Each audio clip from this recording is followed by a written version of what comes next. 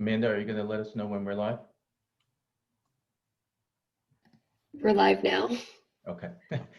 Hello, everyone. Thank you for joining today's webcast on U.S. listed companies from China, Buyer Beware. My name is Hank Kim, and I'm the Executive Director of NCPERS. Today's program is part of our expanded Center for Online Learning. As we all adjust to the new COVID reality, please bear with us if there should be any technical issues or unplanned background noise. As always, your patience and understanding is appreciated. We encourage audience participation. Please submit your questions by using the Q&A function on the Zoom platform.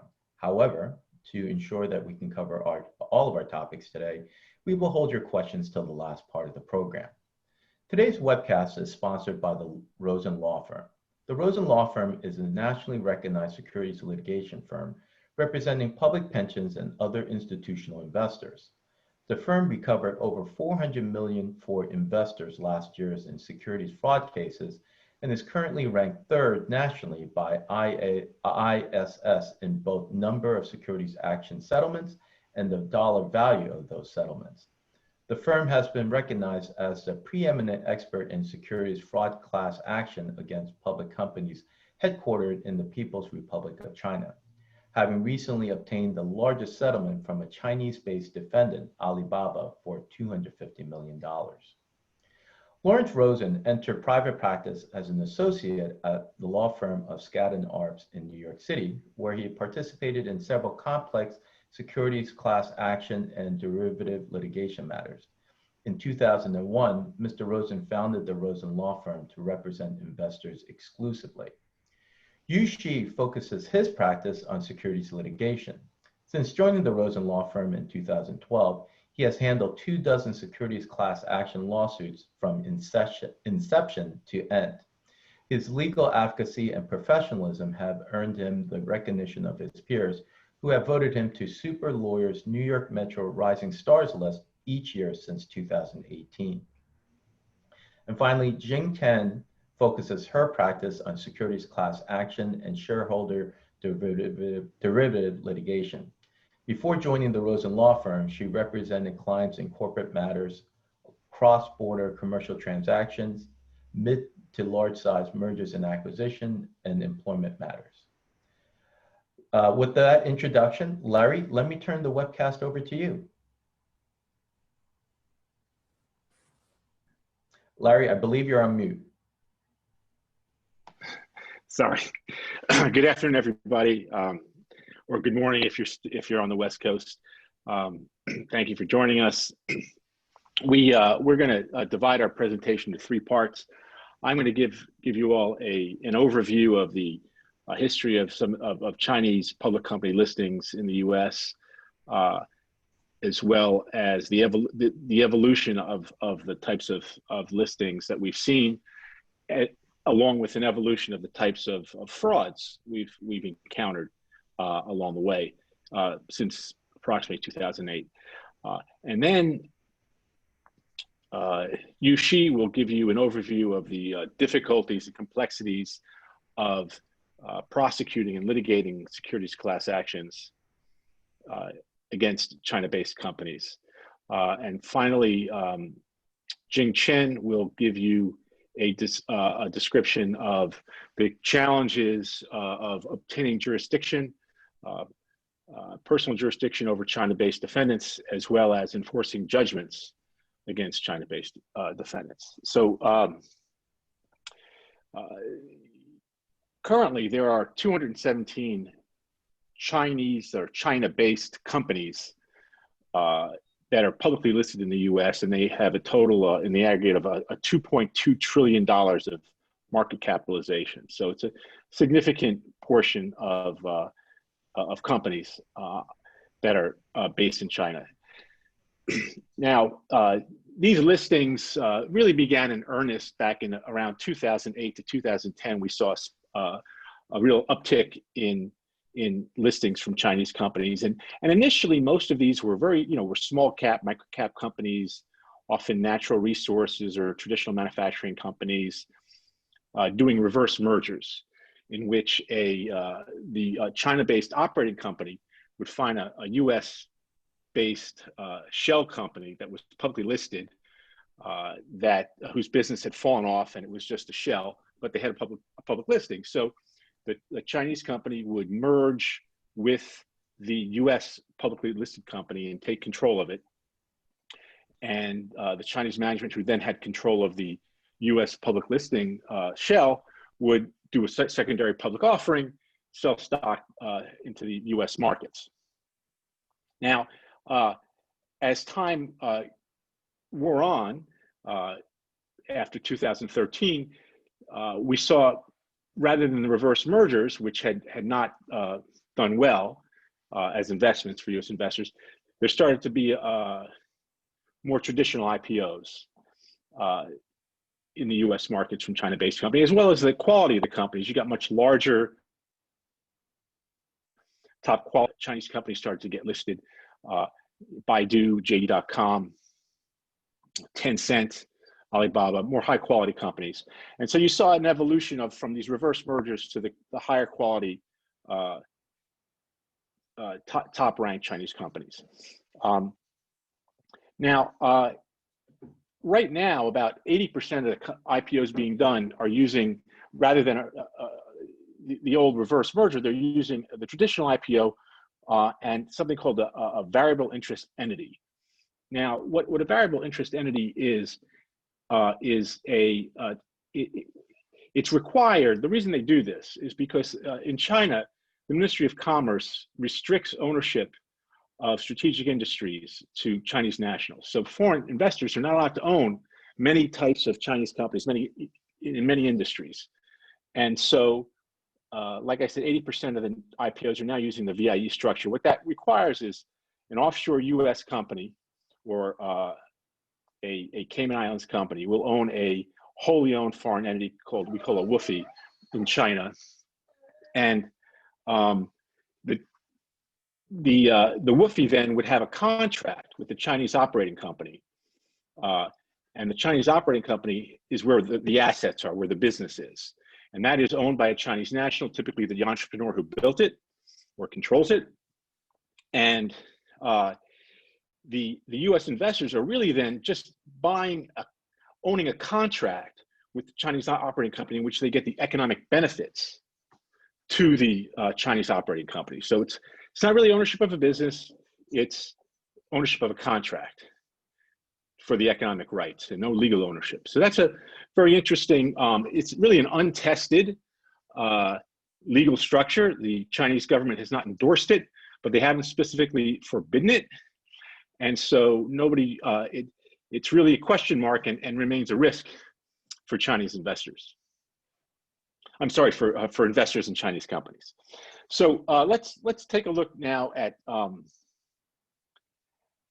sort of the evolution. So as I mentioned, back in 2008, we had a lot of these reverse mergers, and even amongst U.S. companies, when a U.S. company does a reverse merger with another U.S. company, they're often lower quality businesses. Typically, they are lower quality businesses, and there's a lot of trouble. But in between 2008 and 2013, there was really an epidemic of fraud in these companies, and you know, they were often the fraud was discovered by short sellers who would discover that, you know, would do research and find a company that was fraudulent through their research in China, and then they would issue a report in the U.S.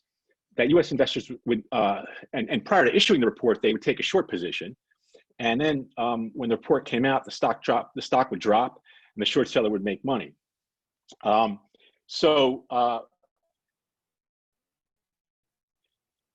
You probably have heard of Muddy Waters, pretty famous short seller. They sort of developed this concept back in 2010 with the first short report they issued was on Orient Paper, and a whole bunch followed from a lot of different analyst firms, and the pattern of fraud generally involved two types of misconduct. 80% of the time, it's one of two types. One, the Chinese company was keeping two sets of financial books. One set of books, the Chinese regulators. They file with an agency called the SAIC, which is now changed its name, but in those days it was the State Administration for Industry and Commerce. They'd file an annual report with financial statements. And at the same time, they would, the public company in the US would file an annual report in the United States with the SEC with financial statements. And what these short sellers had discovered, which we often in litigation would verify independently, was that the filings in China with the Chinese government showed revenue and profit and assets that were a tiny fraction of what was being reported by the companies to the SEC and to US investors. And that typically meant that the company was either unprofitable, never profitable, had very little revenue, and usually meant that the investors were going to lose pretty much everything. Now, the other type of fraud that was prevalent and still is related party transactions that are concealed from investors. So generally accepted accounting principles, also known as GAAP, require a company disclose all related party transactions with insiders. All, if the CEO or the chairman is doing, his family members are having transactions with the company, they have to be disclosed to investors. So what was happening was that in many of these companies, the CEO would control a supplier. He would have his own business be one of the suppliers and charge tens of millions of dollars to the company for supplying raw materials or whatever the company happened to need for its production. And that was a way for the CEO to suck out of the company investors' money that they had invested into the company illegally. The other type of related party transaction we saw a lot of was the CEO would have either family members or a straw man own a customer, a purported customer. So you create a company, and this fictitious company would create phony invoices and record phony sales with the company. And in this way, the company was able to show its auditors higher revenue and hence higher profits, even though these sales weren't really occurring. So those were and oftentimes we saw companies have two sets of books that were facilitated by these phony related party transactions, and this was pretty much the bulk of it. There were other variations. There were instances in which sometimes the Chinese owner of the company or CEO would have a second company that would compete with the public company, and he would use the resources of the public company for his own benefit. In one case, in Deere Consumer Products, the CEO was using the company's factory to manufacture his own products. So basically, he was getting an expense-free production line to use for his own separate company. And then there was probably one of the more brazen ones was a case called Puda Coal, in which the chairman controlled the operating company in China that supposedly was the owner of valuable coal mines. And in that case, the company, Puda Coal, did a initial and secondary public offering in the United States, raising in total about $115 million. But at the time they raised the money, the chairman had sold the coal mines from the company to a Chinese investment fund. And so when they went public and did their secondary offering and took in 100 and some odd million from US investors, it was Puda Coal was a shell company with no assets. And ultimately a report came out about that Puda didn't own the coal mine anymore, and the stock went to zero, and the investors lost everything. So in that case, we were able to recover money from the underwriter for their negligence in having obtained information about the sale of the assets prior to the public offering, and either ignoring or turning a blind eye to it. So oftentimes, and in these cases, we found the auditors and the underwriters were either complicit or simply, being sort of middle to lower level auditors and underwriters. They sort of looked the other way because they needed the business. Now, as I said, there's been an evolution, and the quality of the companies from China that are going public in the U.S. has improved. And as a result, we don't see as many of these brazen frauds. We see much more high quality companies. I mean, occasionally we see these insider transactions. They still do occur. Recently, there was an allegation against a subsidiary of Baidu that's also public, that alleged that they had done similar insider transactions and so on, and two sets of books types of allegations, but we haven't verified those yet. But so they continue, but by and large, we're seeing much higher quality companies, and when there are allegations of fraud in these higher quality companies, they're not the same egregious frauds. They tend to be closer to what you're seeing in the United States, like failure to disclose government regulatory actions, failure to disclose potential liabilities, failure to disclose violations of law, but not, you're not seeing these large companies being accused of not having a real business like we saw previously. And that's been the evolution. The Alibaba case that we settled, that was the allegation that they had failed to disclose that the Chinese government had brought a regulatory action against them for not complying with consumer law, and and that they were threatened with very heavy fines as a result. But it was certainly they did have a real business, and they the stock ultimately recovered, and the stock's done very well since then. So anyway, that's sort of an overview of the history of these cases and the Chinese public listings.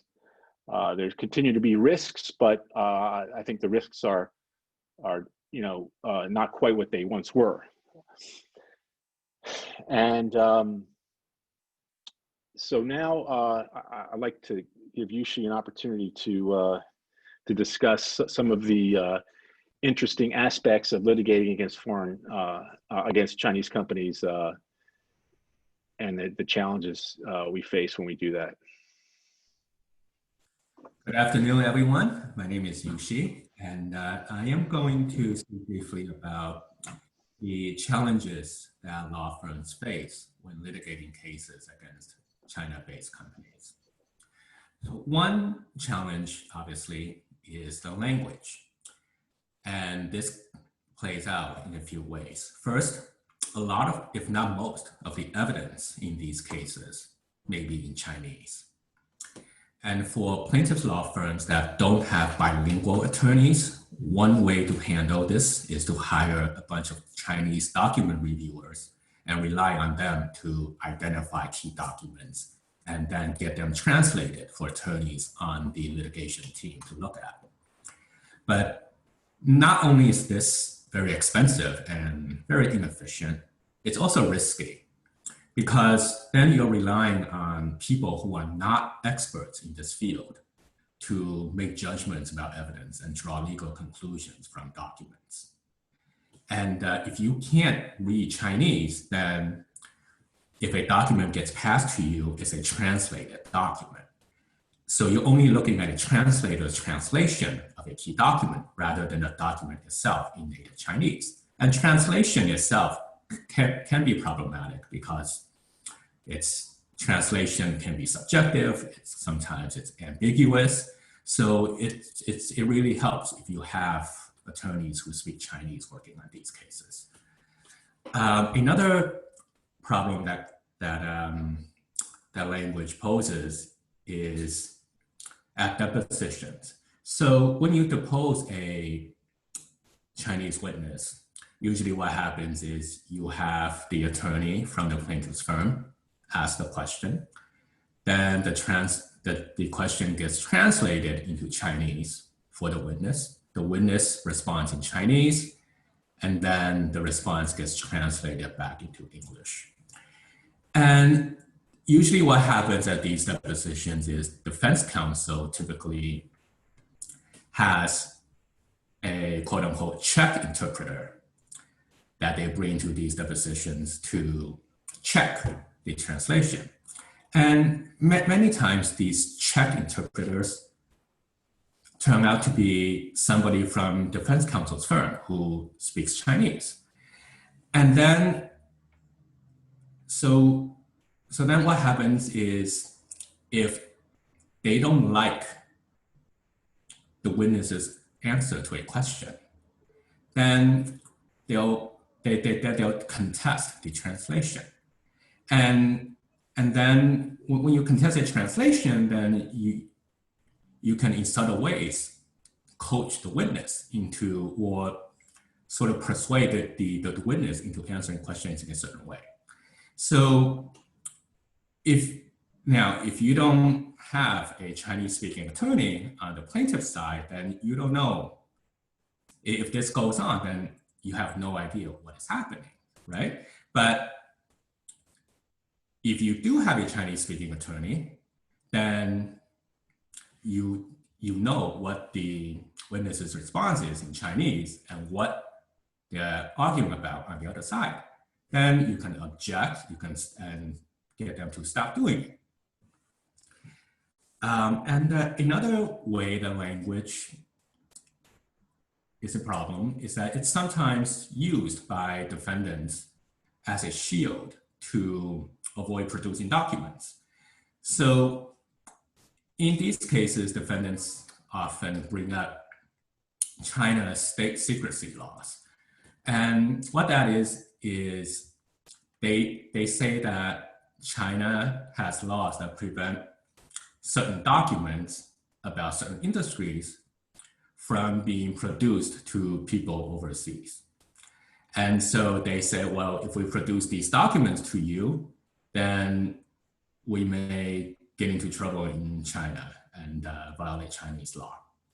So then many times they would say, well, so why don't you guys, meaning you, the plaintiff's firm, send somebody to China to look at these documents in China, so that then defendants don't have to potentially violate Chinese law and send documents to the US. And when they make that proposal, many times they are banking on you to, either because you don't have the capability or the willingness to not take up their offer to go to China and examine these documents. But now in the couple of times that we've faced this issue, we actually send Jane to China to examine the documents that defendants claim to implicate Chinese state secrets. So for example, 2 or 3 years ago, we had a case, the defendants brought up Chinese state secrecy laws and said, well, we can't produce these documents. And they suggested we send somebody over to China, and we did. And Jane spent a week in a windowless conference room in Shanghai looking over these documents. And we were able to settle that case shortly thereafter. And so language is one challenge. Another obstacle to litigating these cases is the lack of professional contacts in China. These class actions are complex, so litigating these cases require a wide range of professionals to help work on these cases. For example, you need investigators to do field investigation and speak to witnesses. You need Chinese legal experts to opine on Chinese law. And you may also need accounting experts to opine on Chinese or Hong Kong audit standards. And if you were litigating a case in the US against a US company, you usually don't have trouble finding experts and finding third-party resources. But in the context of litigating against a Chinese company, it's much harder to find competent and reliable professionals in China. Even though like right now we have a good roster of trustworthy professionals that we work with in China, but this was developed through years and years of trial and error. And also, of course, we draw on Jane's contacts of lawyers in China as well. But for a firm that, for example, is just getting into this field, this could be a problem. Lastly, the lack of basic understanding of Chinese legal institutions and cultural norms could be a problem, because Chinese companies and US companies operate in pretty different ways. And so for example, in China, a lot of formal business is conducted on personal social media apps, such as WeChat. And even for the biggest and most reputable companies, their employees use their personal WeChat accounts to conduct business. Now, if you don't know that, then during discovery, you may not know to ask for chat logs from apps such as WeChat. And if you don't ask for these documents, then defendants usually don't volunteer them. And then you miss out on a bunch of potentially very important evidence. So having that cultural knowledge is key. Another example is in China, Chinese companies have a position called the legal representative. And this position can sometimes be even more powerful than a CEO, because usually the legal representative of a Chinese company holds the company chop. The company chop is a corporate seal. So in China, if a company enters into a transaction, on the signature page, you stamp this chop, and that constitutes the signature of the company. So whoever holds the chop can bind the company into transactions and enter into contracts. And this was what happened in the Puda case that Larry spoke about earlier. The chairman, Ming Zhao, held the chop, and he was able to sell the operating coal mines to CITIC without anyone else knowing. So now for law firms that don't know these, and these features are very specific to Chinese companies. So, and if you don't know these features, then it's very difficult to litigate these cases.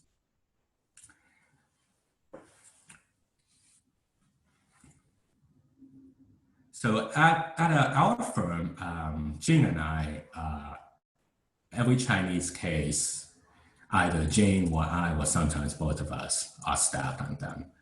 And this has helped us a lot in terms of litigating these cases. So for example, we're not daunted by discovery hurdles. If defendants try to call our bluff and ask us to go to China to examine documents that they claim to be state secrets, then we go. So I think one of the keys to litigating these cases is to have attorneys that speak the language and understand Chinese business and legal norms. And so with that, I'll pass it off to Jane.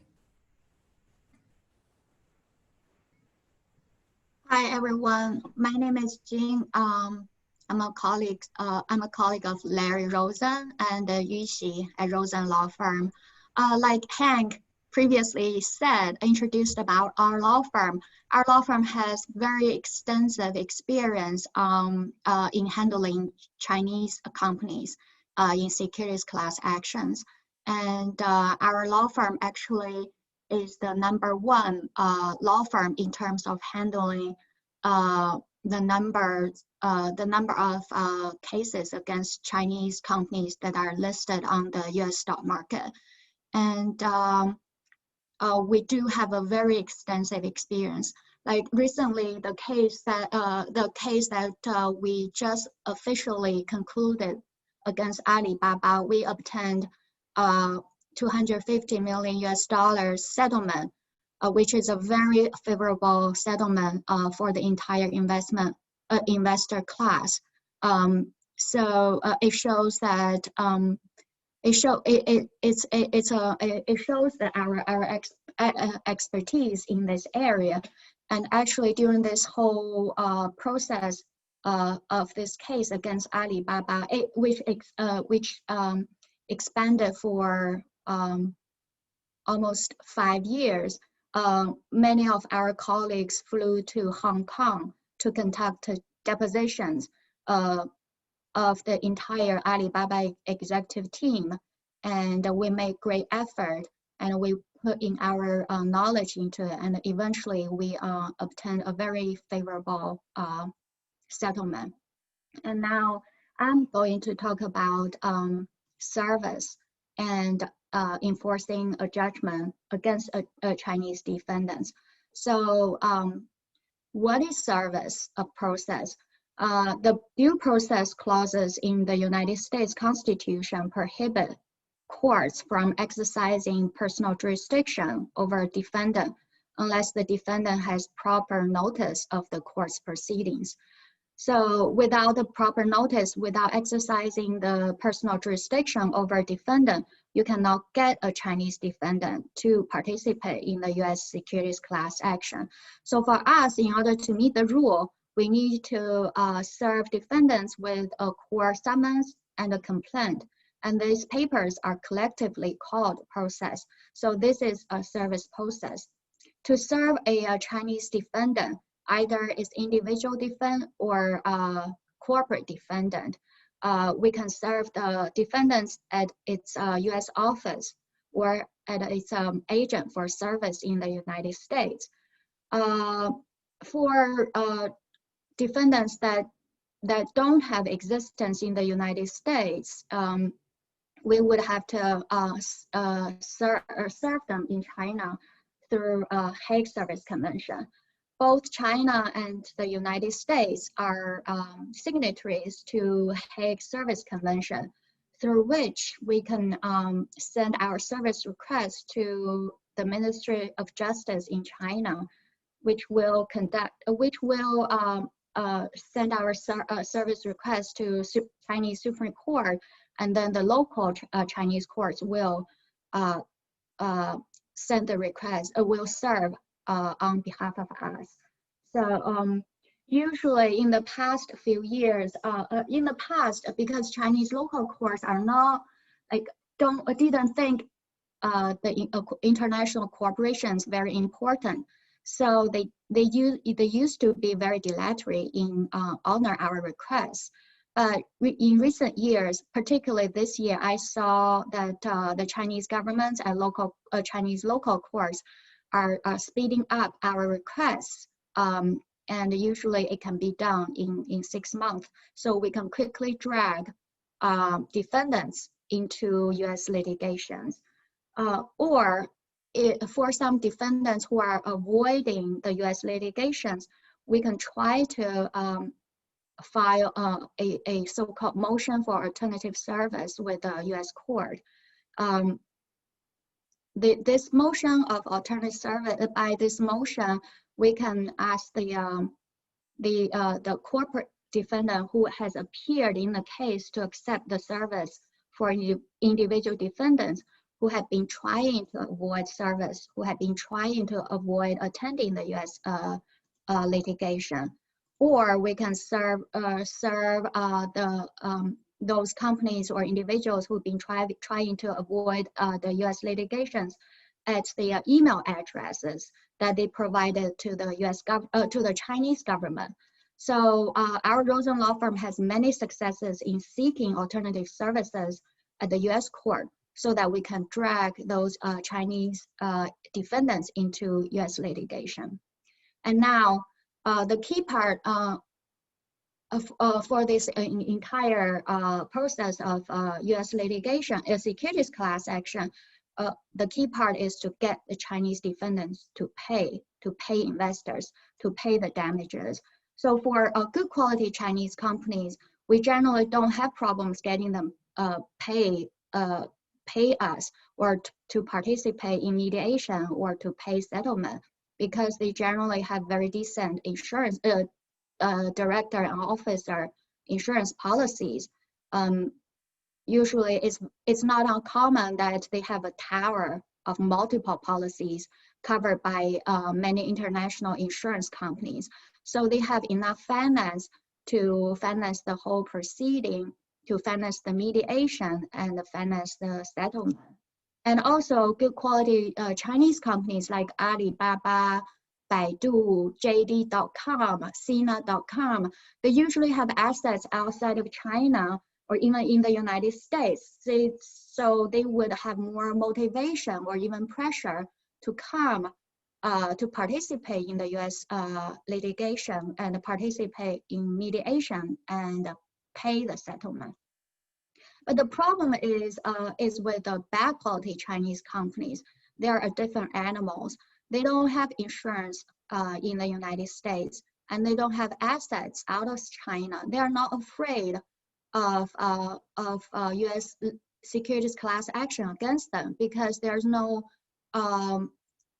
enforcement treaty between China and the United States. So there are generally, in the past, there were no ways for us to go after them.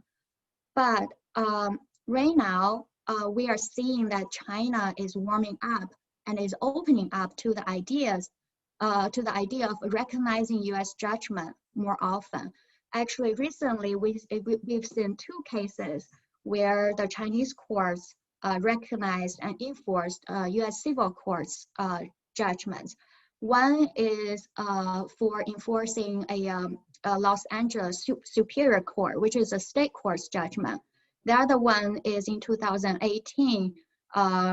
It's enforcing a civil judgment rendered by a federal court in Illinois.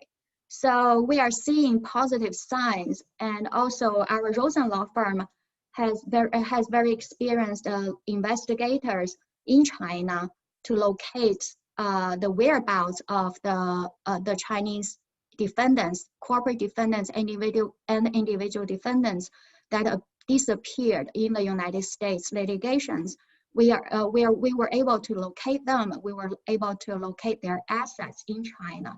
And we were able to conduct a receivership proceeding in order to take control of the company and then go down the line to go into China and try to take over the assets in China.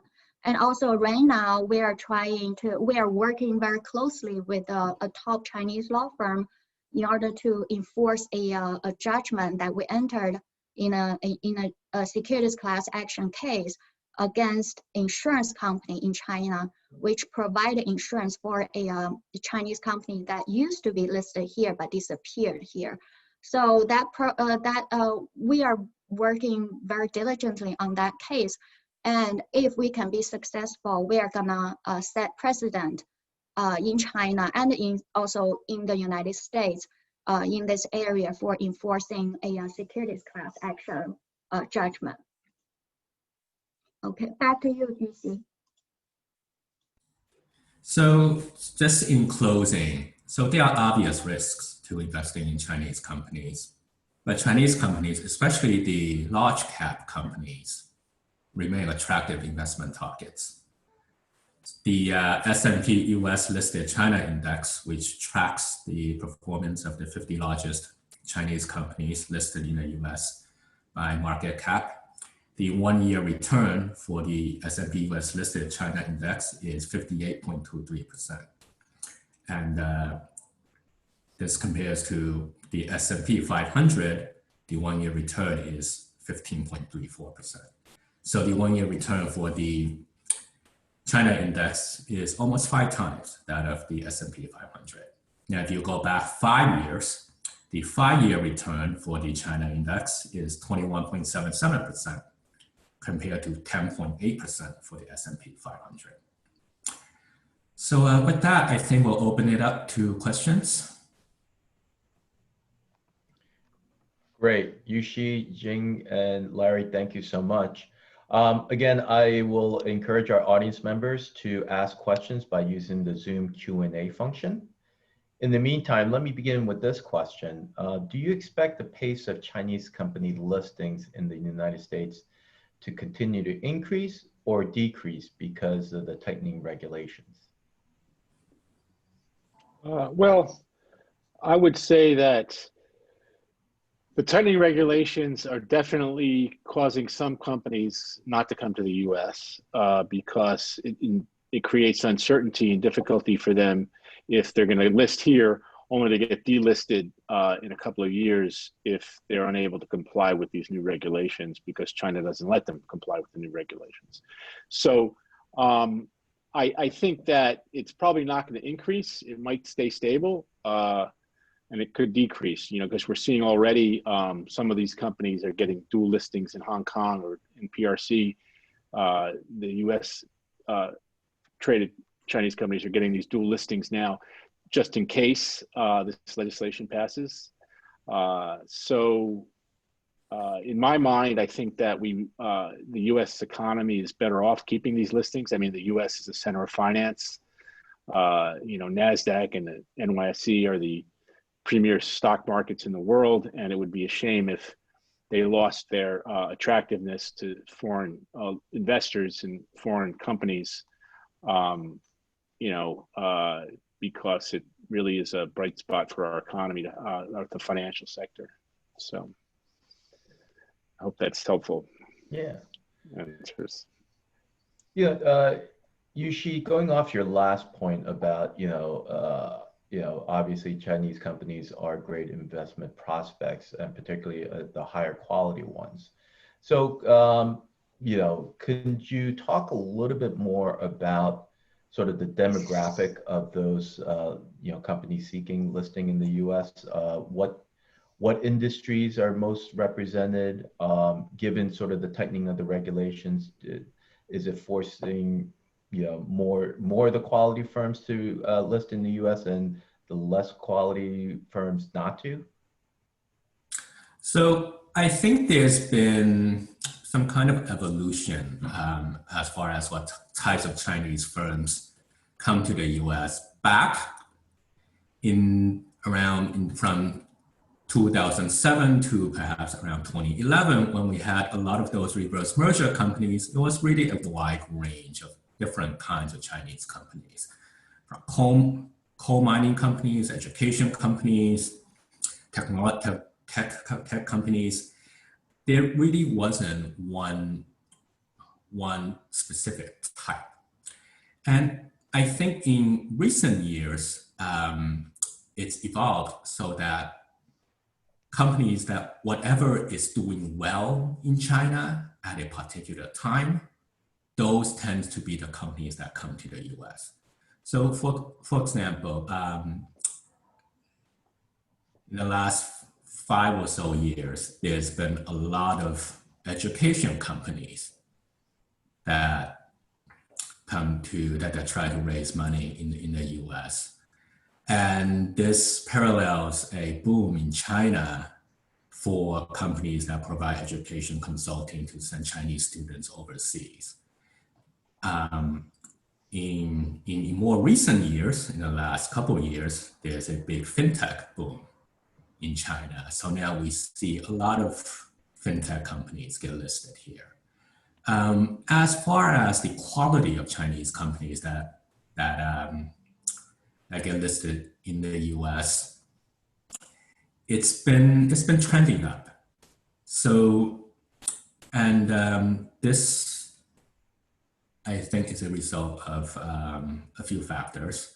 One is, as the Chinese economy matures, their their companies become, the corporate governance of these Chinese companies get better. And also, you'll see that for the recent Chinese company listings are typically underwritten by underwriters like Goldman Sachs, JP Morgan, Credit Suisse, very legitimate investment banks that will typically do a decent job of due diligence. And the issuers counsel are typically some of the largest firms like Kirkland Ellis, Skadden. So the companies that get listed in the US nowadays are much higher quality themselves, and also the so-called gatekeepers that work on those deals tend to be higher quality. Thank you. And Jing, let me ask this sort of concluding question to you, starting with you, and then maybe Larry and you might want to add. But if a public plan, a member of NCPERS watching this video, feels that they have Chinese company that they own, and they feel that they've been that they might have a case against these firms, what do you think is like the first three things that they ought to do? I think they need to pick a quality Chinese company that are listed here.